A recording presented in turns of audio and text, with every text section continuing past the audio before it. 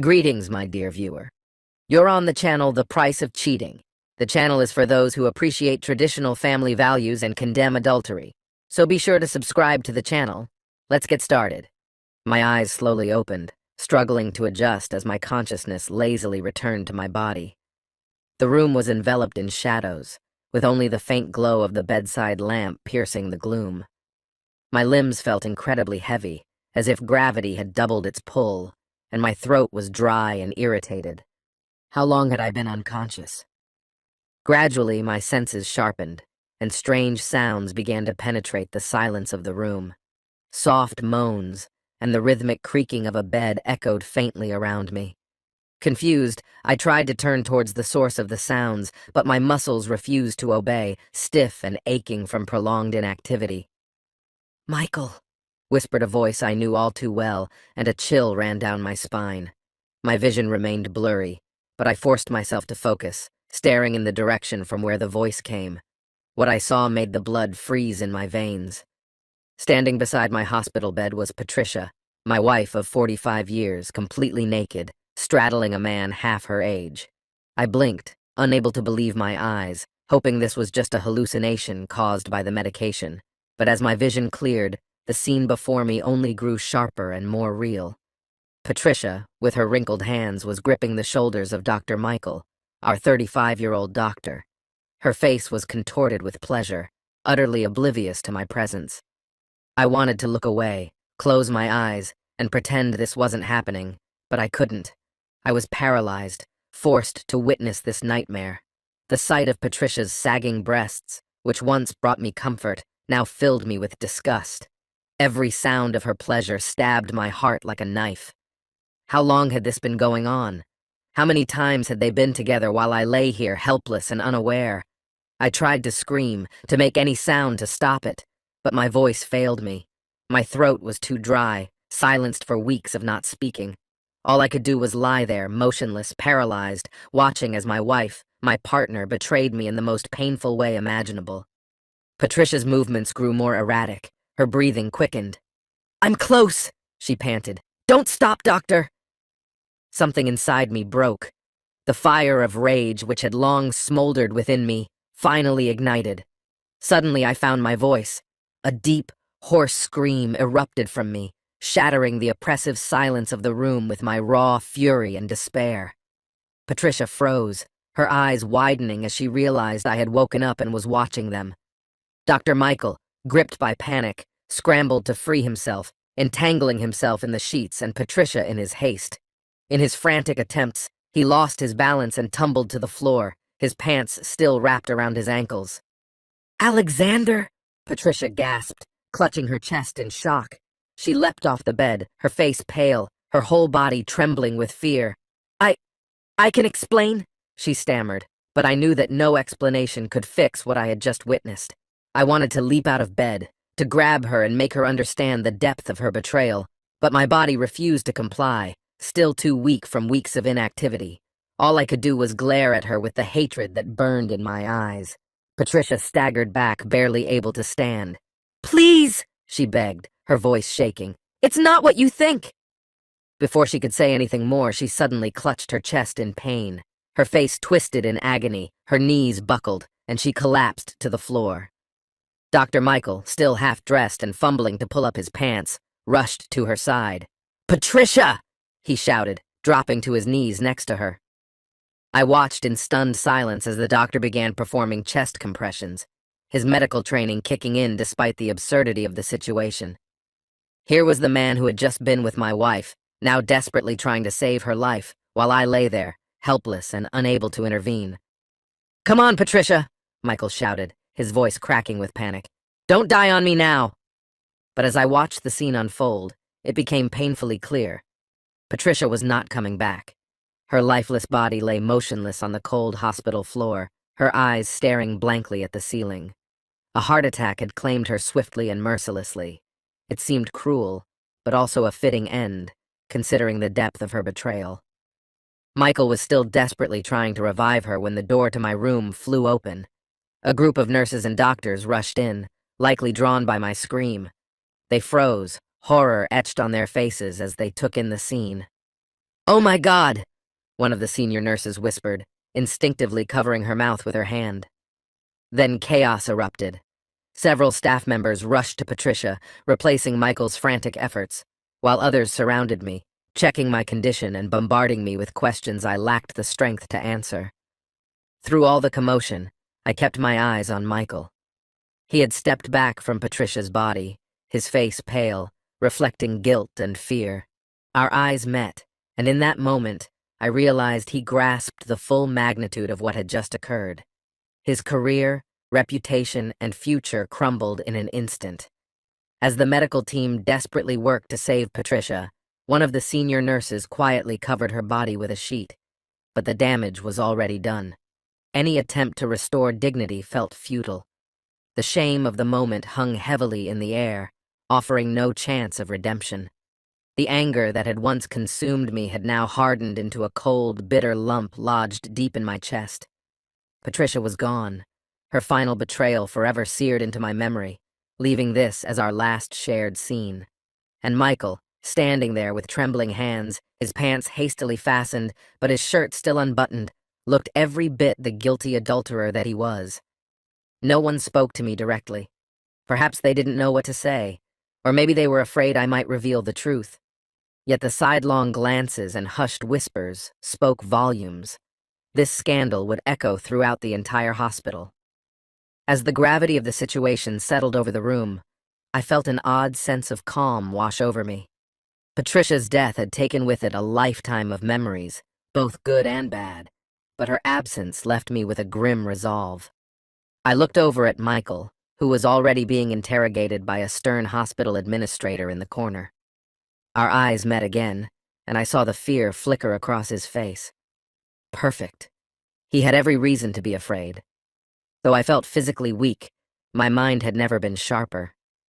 Lying there on the hospital bed, I made a silent vow to myself. This wasn't the end. Far from it. Michael had taken everything from me, and I would make sure he paid for it, one way or another.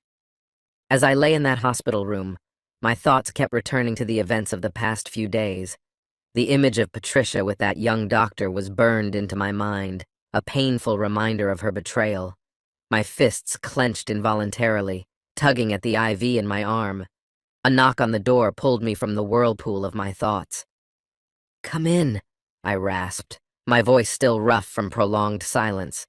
Harold and Beatrice entered the room, their faces a mixture of concern and barely contained anger. My children, my allies in this nightmare.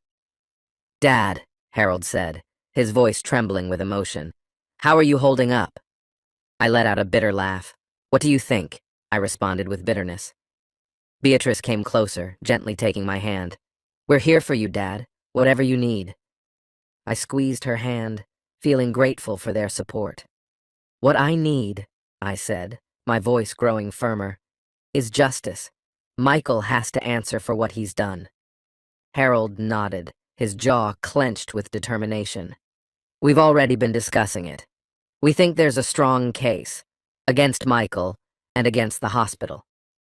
My interest piqued, and I raised an eyebrow. "Tell me more."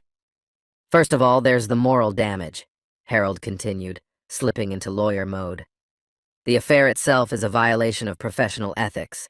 And then there are the circumstances of Mom's death. We have a solid case for negligence." "All right," I growled, my voice full of rage. "I want him destroyed. I want the whole world to know what he did." Beatrice shifted uncomfortably beside me, feeling uneasy. "Dad, are you sure it's wise to go public with this?" she asked cautiously. "This could affect all of us."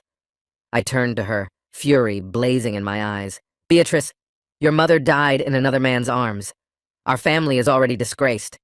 I took a deep breath, struggling to contain my anger. "The least we can do is take Michael down with us."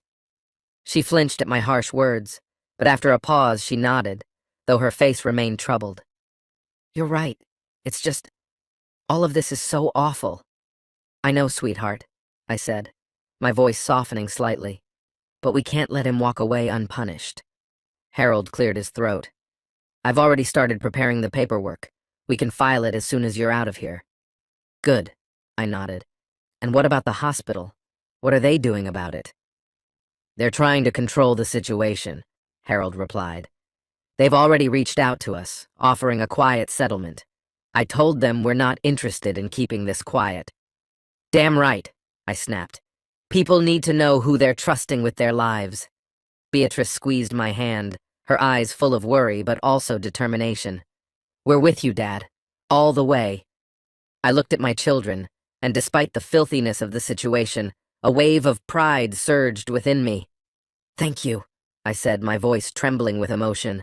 I couldn't do this without you. Harold's phone buzzed, distracting him. His face darkened as he glanced at the screen. It's the hospital's lawyer again. They're pushing hard for a meeting. Ignoring the pain in my back, I pushed myself up in bed. Set it up. I want to look them in the eye when we tell them we're seeing this through. Harold nodded, already typing a message. I'll arrange it for tomorrow. Are you sure you're ready for this? I met his gaze, unwavering. Son, I've never been more ready in my life.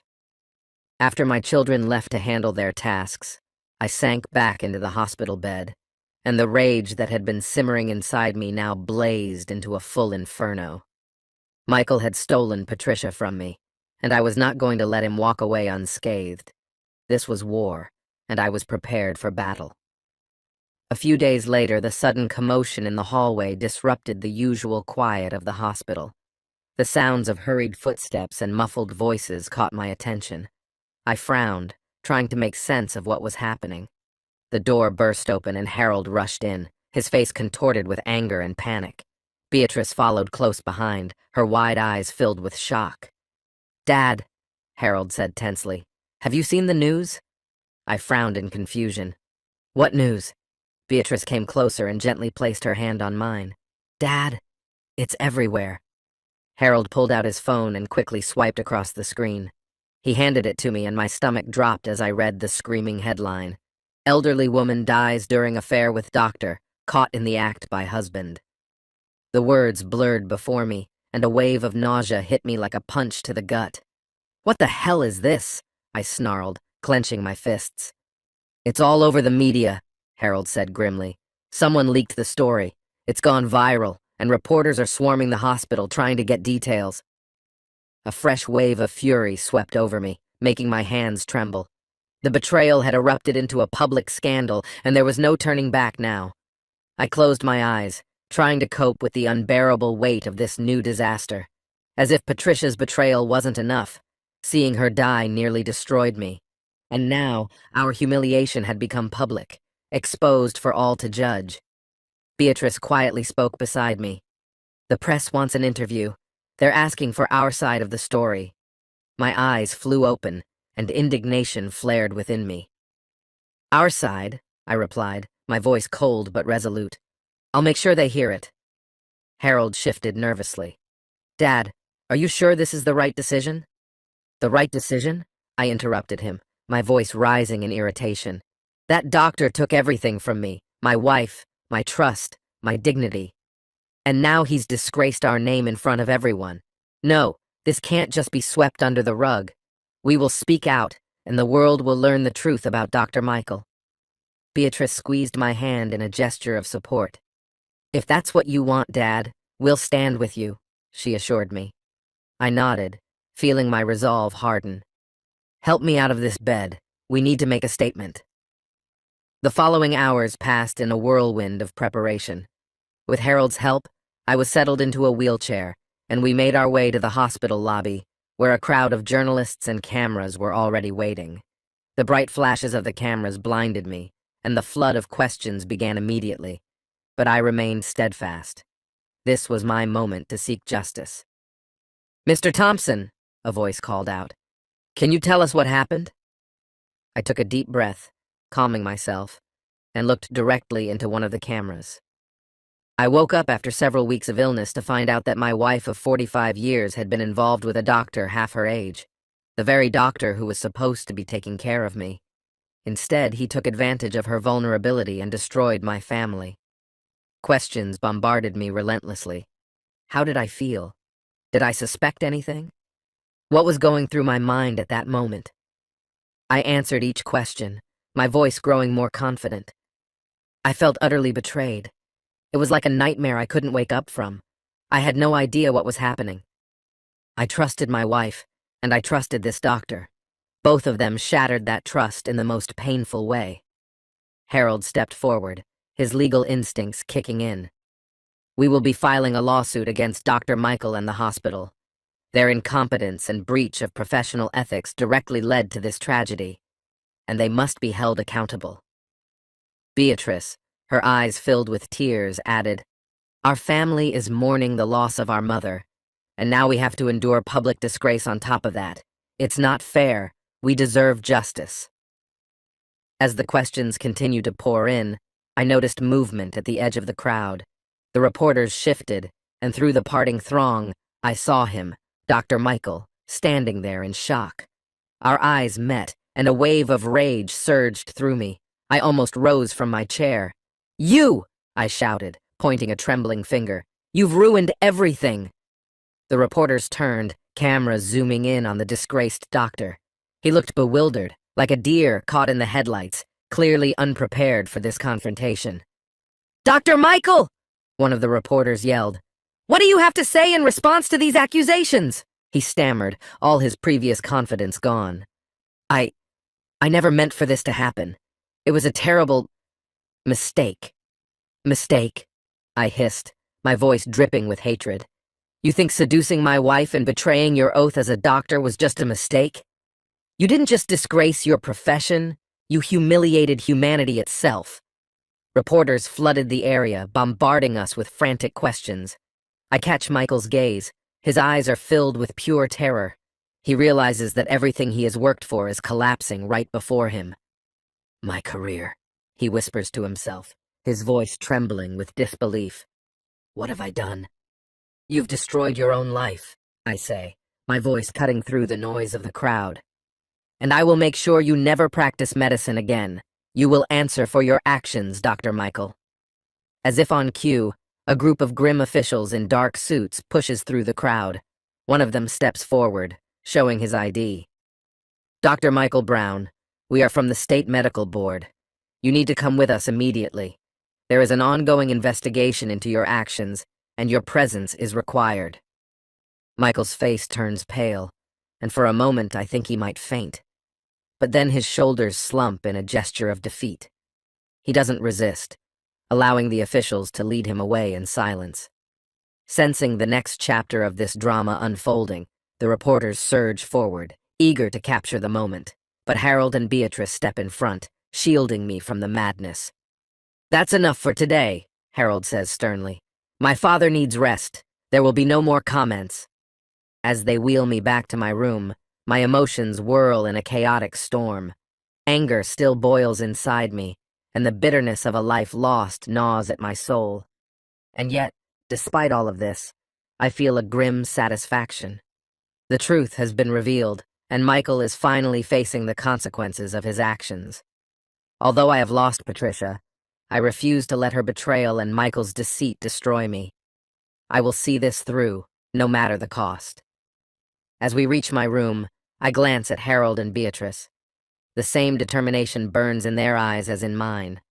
We are in this together, and we will emerge from this battle stronger. The media circus does not die down in the following days.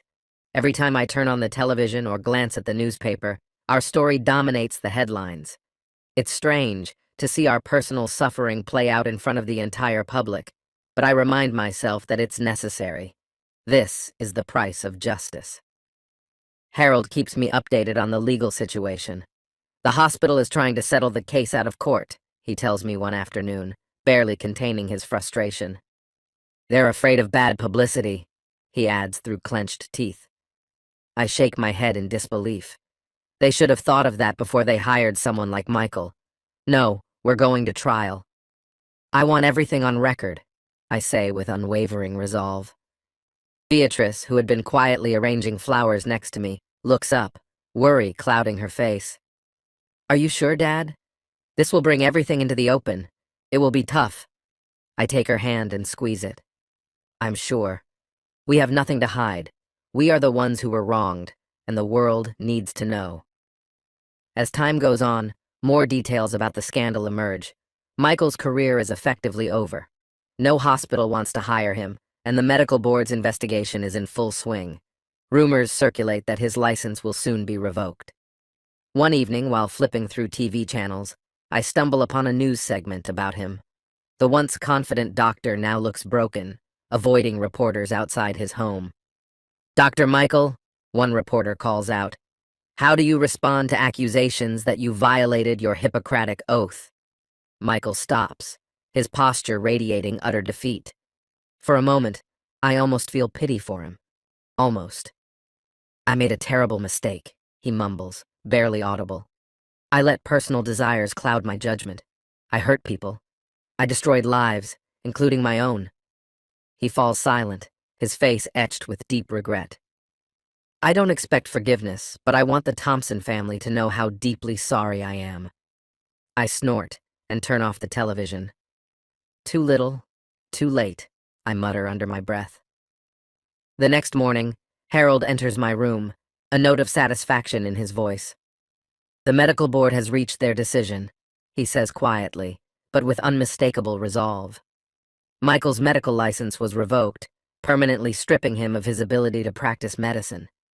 I nod slightly, feeling a wave of relief wash over me. Another person in a position of power capable of causing harm has been removed. After a long pause, Beatrice finally spoke.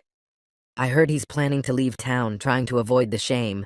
My voice hardens in response. "He can run all he wants, but he'll never escape what he did.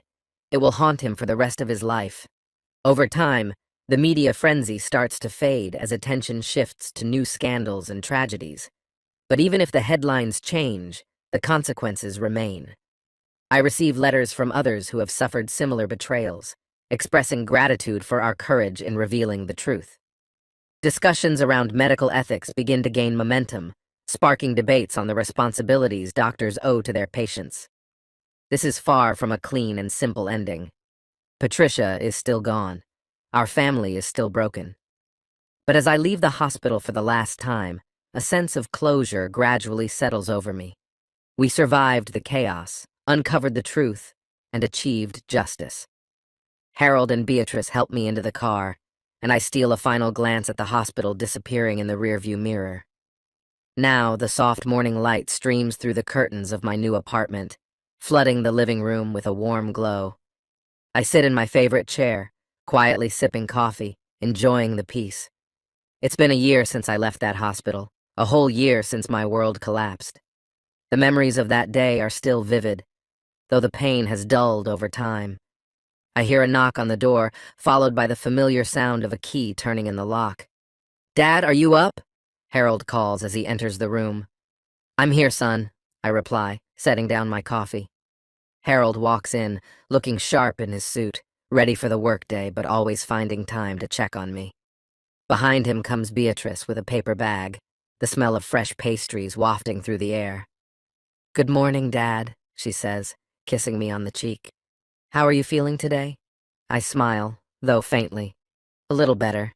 Each day gets a bit easier." Harold loosens his tie and sits on the couch. "Glad to hear it. Any plans for the day?" I shrug slightly. "Maybe a walk in the park. Nothing special." Beatrice bustles around, setting the table for breakfast. "It's a beautiful day for a walk, Dad," she says warmly. As we sit down to eat together, I start to reflect on everything we've been through. The lawsuit was settled, justice was served, though the path to it was far from easy. Clearing my throat, I get their attention. "I've been thinking," I begin, and Harold and Beatrice pause, looking at me. "About all of this. About your mother, about Michael, about the trial, about everything." Harold's face darkens. "Dad, you don't have to—" I raise my hand to stop him. "No, I need to say this." Taking a deep breath, I continue. "I know this past year has been incredibly hard on both of you, losing your mother, discovering her betrayal. I just want you to know how much your support has meant to me." Beatrice's eyes fill with tears. "Oh, Dad," she whispers. Despite the emotions swirling inside me, I manage to keep my voice steady. "When I woke up in that hospital room, I thought my life was over. But you two, you never gave up. You fought for me when I couldn't fight for myself." Harold leans forward, sincerity etched on his face. Of course we fought, Dad. You're our father. We couldn't let that scumbag Michael get away with what he did. I nod, feeling the weight of everything we've been through together. Yes, and you can't even imagine how much that means to me. But it's not just about that. You weren't just there. You helped me heal, gave me a reason to keep moving forward. Beatrice moved a little closer, her hand gently squeezing mine. We love you, Dad. We're family, and that means we stick together no matter what. I squeezed her hand in return, feeling warmth spreading through my body, and it had nothing to do with the coffee. I love both of you more than words can express. We sat in silence for a while, sharing an unspoken understanding of everything we'd been through. Harold broke the silence with a soft cough, a mischievous glint in his eyes. You know, Dad, since you're feeling better, maybe it's time for you to step back out into the world. Rumor has it the ladies at the senior center are showing a lot of interest in you. I laughed, surprised by how natural it felt. Harold Thompson, are you seriously trying to set up a date for your old man? Beatrice laughed too, giving her brother a light slap on the arm in mock annoyance. Stop it, Harold. Dad's doing just fine on his own, right, Dad? I shook my head, still smiling. For now, yes. Who knows what the future holds? As we finished breakfast, the conversation flowed easily, and I was filled with a deep sense of peace. The betrayal, the lawsuits, the media frenzy, all of that was behind us now. What mattered was this moment, here and now, with my children beside me. Later, after Harold and Beatrice left for work, I found myself standing in front of the bedroom mirror. My hair had turned a little grayer, and there were more wrinkles on my face. But my eyes, they were clear and confident, full of strength. I thought about Patricia, about the life we had lived, and how it had all fallen apart. The anger that had once consumed me had finally faded, replaced by quiet acceptance. She had made her choices, just like Michael, and both had faced the consequences of their actions. Now it was time for me to make my own decisions. I grabbed my jacket and headed out for a walk in the park. The sun was shining brightly. Birds were singing in the trees, and for the first time in a long while, I felt truly alive. As I walked along familiar paths, nodding to neighbors and breathing in the fresh air, it hit me. This wasn't just a new chapter in my life. It was the start of an entirely new story, and I was ready to begin writing it. This concludes the story. If you like it, then put your powerful like and subscribe to the channel. Greetings, my dear viewer. You're on the channel The Price of Cheating. The channel is for those who appreciate traditional family values and condemn adultery. So be sure to subscribe to the channel. Let's get started. I can't pinpoint the exact moment it all began, but I wasn't completely in the dark. 14 years together gives you a sense of the subtle shifts. With Amelia, it started off quietly. She began to drift, little by little. First, she skipped our usual Friday dinners. Then she started forgetting minor things, like how I took my coffee or her "I love you" became less certain. At first, I shrugged it off as just life. People hit rough patches, work gets overwhelming, and, if I'm being honest, I hadn't been the most attentive husband either.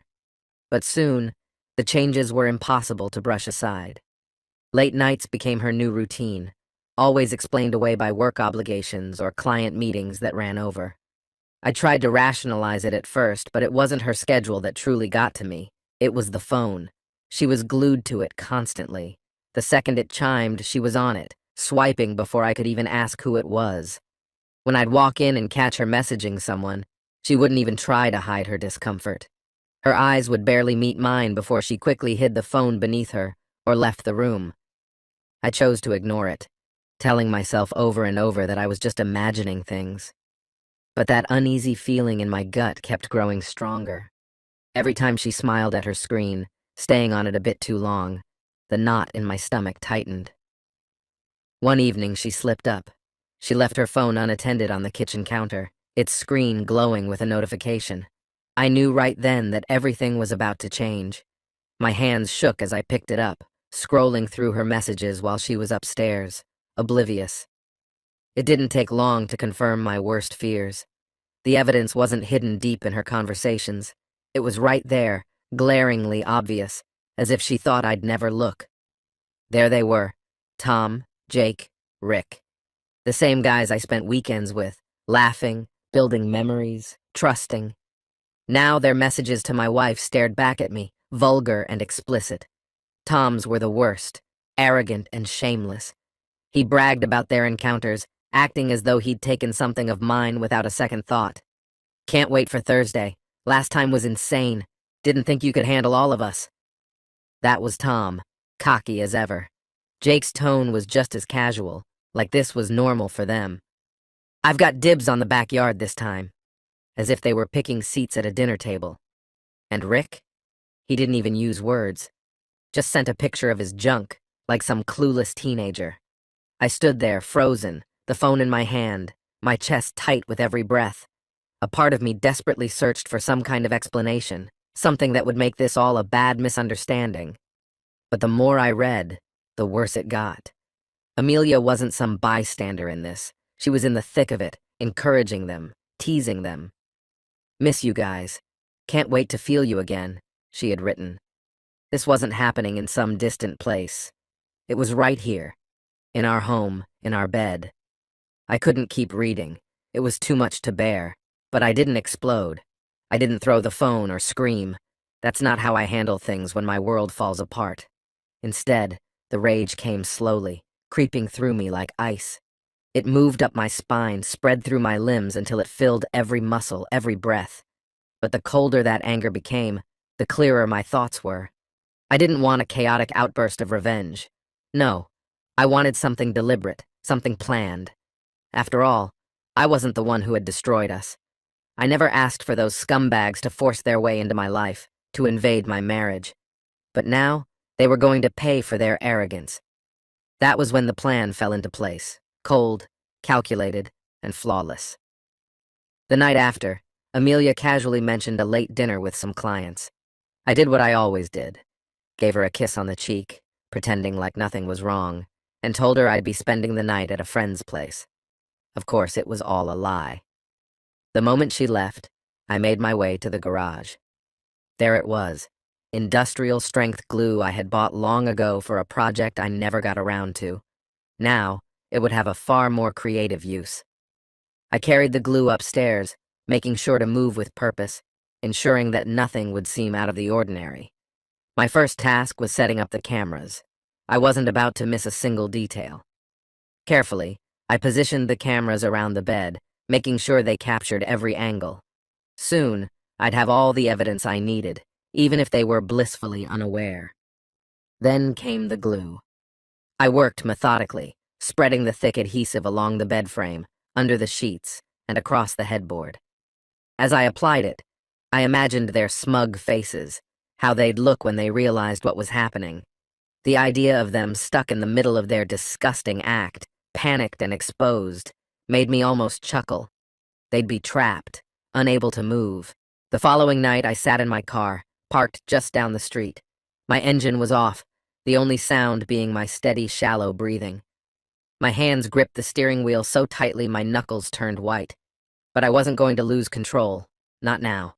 Patience. I had waited too long for this moment to make a mistake.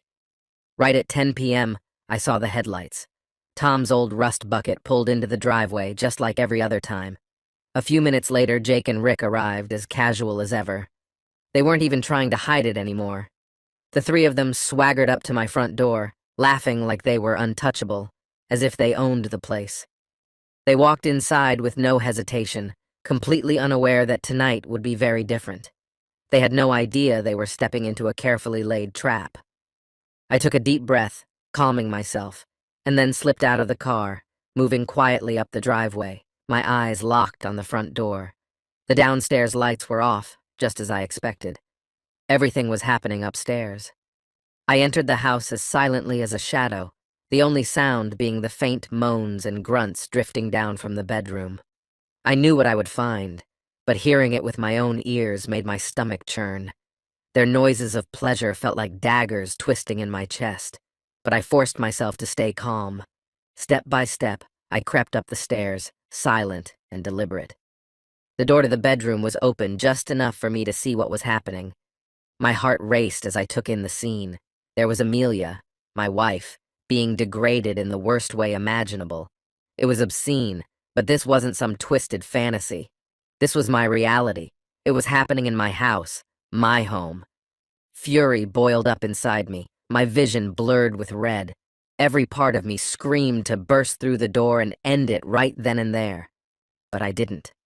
I held back. I wasn't prepared for what was coming. Not yet. Instead, I turned back toward the hallway, where the bucket I had left waited, mocking me in its stillness. I had witnessed more than enough. Far too much.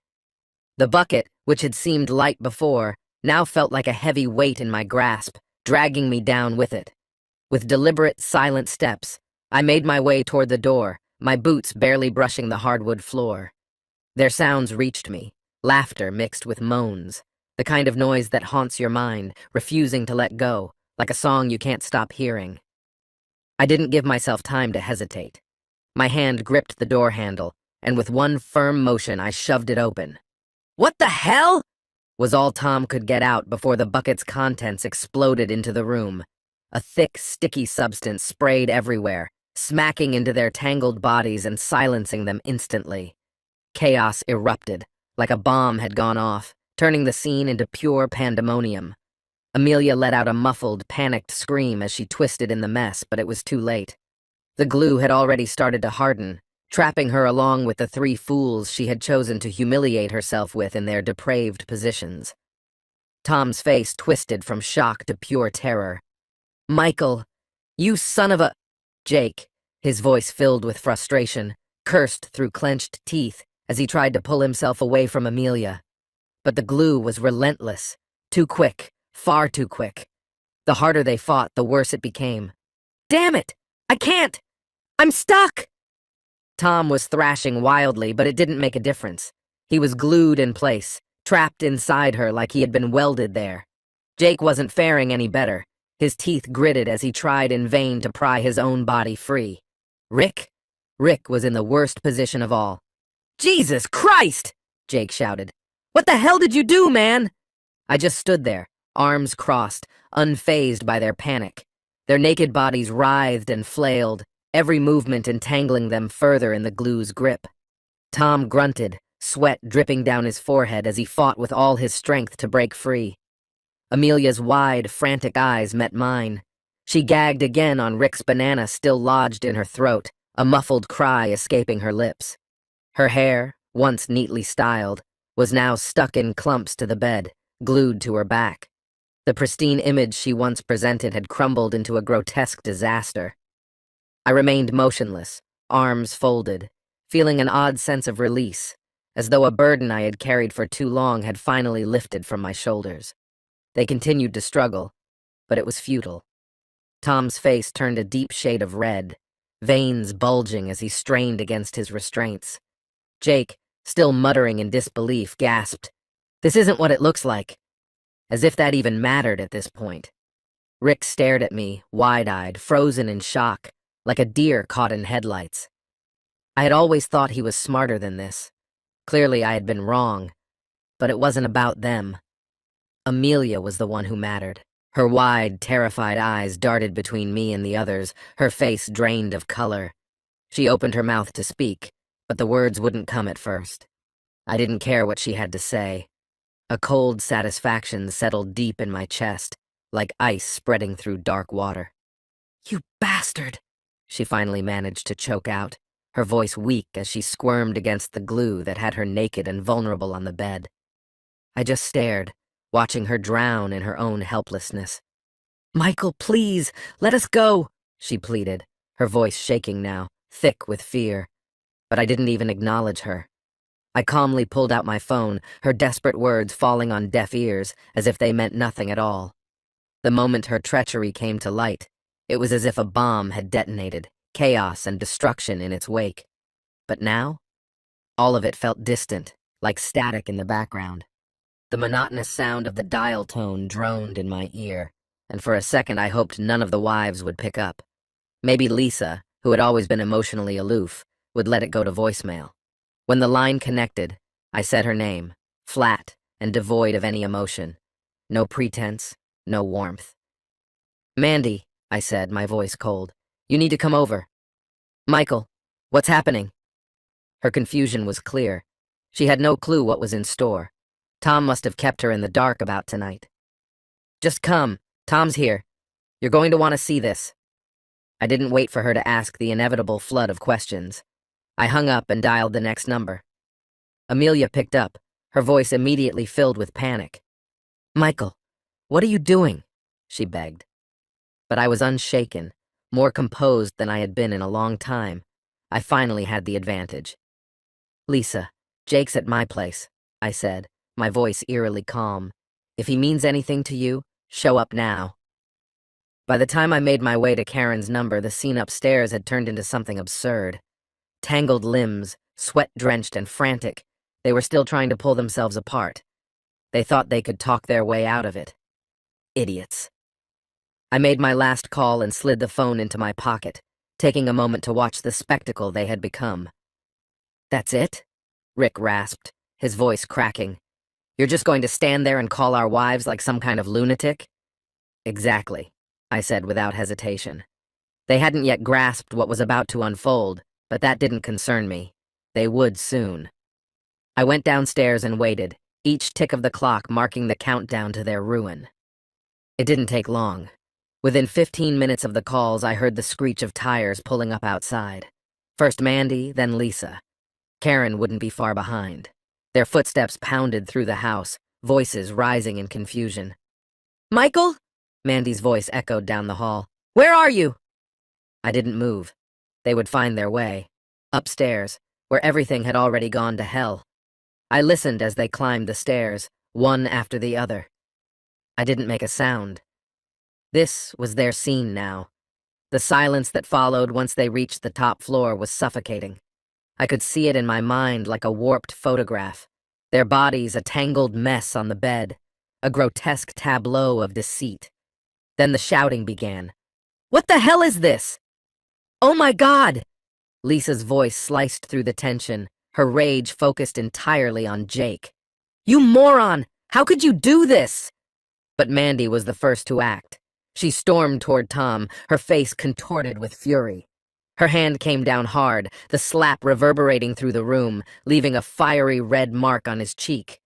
Tom tried to speak, his mouth moving but producing nothing more than gasps. You worthless piece of trash, she hissed, her eyes blazing. You didn't just betray me, you did it with her. Amelia, still trapped on the bed, whimpered in response. Her wide eyes were full of silent pleas, as if begging for some way out of this horrific scene, out from under the judgment of 3 men who had once thought they knew her. Lisa's mouth was occupied, but an apology was far from her thoughts. She stumbled back, her eyes wide with shock as they fixed on Jake, catching him red-handed in the moment. Jake? Seriously? You absolute piece of trash, she spat. Lisa, Jake fumbled, struggling to find any coherent words. You don't know? Is that what you're going to say? She interrupted sharply, her voice heavy with scorn. You seem to know exactly what you're doing, plastered to that filth. Jake, completely exposed, looked as if he wanted to melt into the floor, but there was no escape. He was frozen, utterly defenseless. Karen stormed forward next, her cheeks wet with tears but her fists clenched, filled with anger. She lashed out, landing a punch squarely on Rick's chest, close to where Mandy had already slapped him. It wasn't a powerful hit, but Rick still groaned, his body jerking, pulling Amelia awkwardly with him. Damn you, Rick, Karen sobbed, her voice breaking apart. After everything we've been through, this is how you repay me? Rick barely managed a pitiful, I'm sorry, babe. Chaos erupted all around them. The room buzzed with screams, sobbing, accusations, and insults hurled like weapons. Their betrayal was exposed, literally. And my unfaithful wife? She didn't even have the decency to say sorry. Her tear-streaked, swollen face only made her look more pitiful. Rick stayed glued to her, silencing her with his lips for once. But even if she could speak, I doubted it would be the apology I needed to hear. I stood there, arms folded, watching the mess unfold with a strange sense of detachment. Amelia squirmed, desperate for someone, maybe me, to step in and rescue her. Her gaze kept flicking toward me. but I wasn't about to be her savior. She could stay stuck for all I cared. Lisa's face twisted with fury, her words like venomous darts. "You filthy pigs! I gave you everything, and you're throwing it all away for this?" Jake kept his eyes down, mumbling half-hearted apologies, his words barely forming. But Lisa was done. "Shut up, Jake!" she barked, tearing the bedsheet off, as if stripping it would somehow erase the repulsive scene before her. Karen, meanwhile, was still screaming between her sobs, her fists pounding against Rick's back. "I hate you! You were supposed to love me!" "I do, Karen," Rick pleaded, his voice dripping with desperation. "Please, just let me explain." His body was still hunched awkwardly, pinning Amelia beneath him, unable to move. Mandy, pacing furiously, shot me a glare, her rage palpable. "How long have you known?" she demanded. "Long enough," I responded coolly, locking eyes with her before glancing at Amelia, who was now sobbing uncontrollably. "They're disgusting," Mandy muttered, her words soaked in revulsion. I gave a small nod. No argument from me. Suddenly, Lisa stormed over to the nightstand, grabbed the lamp and smashed it on the floor, sending glass shards flying. Jake flinched, probably bracing himself for the next blow. "You never deserved me," she hissed, her eyes burning with fury. Then she turned to me. "Michael, what are you going to do about this?" With calm indifference, I shrugged and pulled out my phone. "This," I said. I held up the phone, showing the recording I had started earlier. The flash reflected off Rick's tear-streaked face, his expression twisted in despair. "Please, Michael," he begged. Tom, still cowering in the corner like a beaten animal, whimpered pathetically. "Shut up." For the first time in what seemed like forever, my voice was steady, calm, even. It felt like mine again. "She made her choice," I said, motioning towards Amelia with my phone. "They all did." She shook her head frantically, but all it did was smear more of Rick's grime across her tear-streaked face. Her sobs were muffled now, which was honestly a welcome change. The pitiful excuses from the men were grating enough without her adding to the noise. Mandy's face twisted with disgust as she stared at Tom. "I'm divorcing you!" she snarled, her voice sharp and final. "You're worthless!" Nearby, Lisa kicked a chair out of her way, the screech of metal on the floor piercing through the room's thick tension. "You'll burn for this, Jake!" Karen spat, her tears drying up, replaced by a fury that cut through the remaining grief. She wiped her face, her voice now icy. "You were never enough for me, Rick," she hissed, locking eyes with him. "I see that now." I kept my distance, recording everything. There was no need to get any closer. The camera was capturing it all. The chaos, the tears, the desperate glances, and the feeble excuses drenched in self-pity. Amelia's terrified eyes met mine through the lens, silently begging for something. Mercy, maybe. Her lips moved, trying to form words, but they were swallowed by the weight of her guilt. For the past 10 minutes, she had been repeating the same lines. "I'm sorry, I love you. It was a mistake." But none of it was meant for me. Her tears weren't for the wreckage she had left in our lives, in our marriage, in the years we had shared. She was crying because she had been exposed. There was no hiding anymore. She had made her bed, and now she had to lie in it. As the wives unleashed their fury, Mandy gripped Tom's hair with both hands, pulling hard. Lisa was lashing out at Jake, knocking over whatever she could reach in her rage. Karen's fists struck Rick, not hard enough to hurt him, but just enough to make him wince with each blow. Not one of them spared a glance at Amelia. She was exactly where she belonged. I took a step back. I had seen all I needed to see. The anger that had been boiling inside me for days was finally starting to cool. The worst part was over. It was time to leave. A sense of calm washed over me. I was done. Before I turned to go, I glanced back one last time at the mayhem behind me. Mandy ripping into Tom, Lisa in a fury, Karen still crying but resolute, and that hideous tangle of bodies on the bed, pieces of a nightmare I had finally pieced together. I descended the stairs, the shouting and chaos fading with every step, the weight on my chest growing lighter. By the time I reached the door, the cool night air hit me, and I took a long, deep breath. Outside, I got into my car and sat there for a moment. I glanced up at the house, at the nightmare it had become, and then I drove away. I didn't look back, not even once. The next morning, I filed for divorce without hesitation. When I laid out the evidence for my lawyer, photos, videos, every sordid detail, his face went pale. "Michael, this is extensive," he said, shaking his head in disbelief. I just shrugged. It was necessary.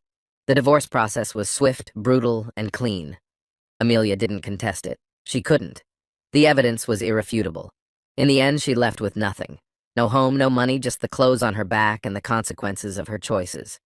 As for Tom, Jake, and Rick, their marriages went up in flames just as quickly. Mandy, Lisa, and Karen didn't waste a moment filing for divorce, severing all ties without a second thought. Last I heard, the men were living out of their cars, pariahs in a town that couldn't stop buzzing with gossip. Their lives were ruined, their reputations shattered. Our small town couldn't stop talking about it. Everywhere I went, people stared, their hushed voices trailing me like an unwanted companion. "Did you hear about Michael's wife? Amelia? I never thought she'd sink so low." Those men should be ashamed of themselves. Their gossip lingered in the air, but I held my head high, refusing to let their words affect me. Let them talk. I had no reason to feel ashamed. Amelia had tried to reach out a few times, but I blocked her number without hesitation. One day, she showed up at my door. Her face was streaked with mascara, tears streaming down as she pleaded for forgiveness. Without a second thought, I shut the door in her face. A week later, I was quietly enjoying a drink at the local bar when Tom, Jake, and Rick stormed in, their expressions twisted with fury as they made a beeline toward me. "You bastard!" Tom hissed, leaning in close. "You've ruined our lives." I calmly sipped my whiskey, unbothered. "Seems like you managed that yourselves when you all decided to sleep with my wife." Jake slammed his hand on the bar. "We deserve compensation for that glue stunt you pulled." I raised an eyebrow, amused. "Is that right?" Rick puffed out his chest, trying to look menacing. "Yeah, you either pay up or we're pressing charges. Assault, unlawful imprisonment, you name it," Tom added, his voice sharp with frustration. I couldn't help but chuckle at their pathetic attempt to scare me. "By all means," I replied, staring them down. "File those charges, I dare you. But don't forget I still have those videos. One click, and the whole internet will be watching your sorry asses. You'll be celebrities worldwide." Their faces drained of color. Tom opened his mouth to respond, but no words came out. "That's what I thought," I said, turning back to my drink. "Now get the hell out of here." They left, defeated, their bravado evaporated. I never saw them again. In the weeks that followed, the weight of Amelia's betrayal and the anger toward my so-called friends lifted. I sold the house, packed up my life, and decided it was time for a fresh start in a new place. On the day I left, I drove past the spots that once held meaning for us. The park where we had our first date, the restaurant where I proposed. This concludes the story. If you like it, then put your powerful like and subscribe to the channel.